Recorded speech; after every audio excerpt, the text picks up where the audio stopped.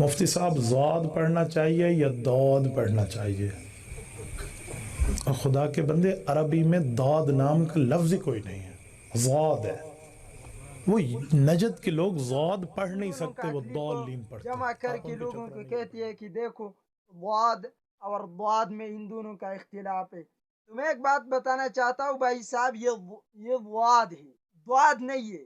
کیوں کہ جب مفتی صاحب نے بھی ایک بات کیا کہ نجد کے لوگ واد نہیں پڑھ سکتے تو ضاد پڑھتی ہے، اور اس پر مجھے ایک بات آیا کہ ایک مولوی صاحب فرماتے تھے کہ میں ایک رشتہ دار کے پاس گیا تو سعودی عرب سے آیا تھا، تو میں نے کہا کہ تم کتنا روپی وہاں ایک دن میں کتنا روپی دیتے ہیں؟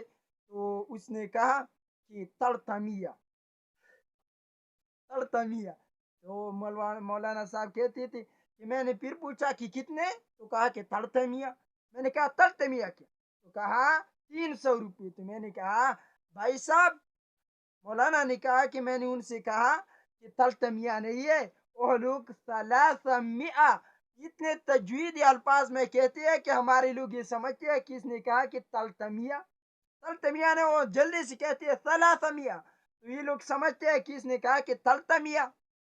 تو ایسے ہمارے لوگوں نے سمجھ لیا ہے کہ وہ لوگ ضاد پڑھتے ہیں، حالانکہ ضاد نہیں ہے، وہ واد ہے۔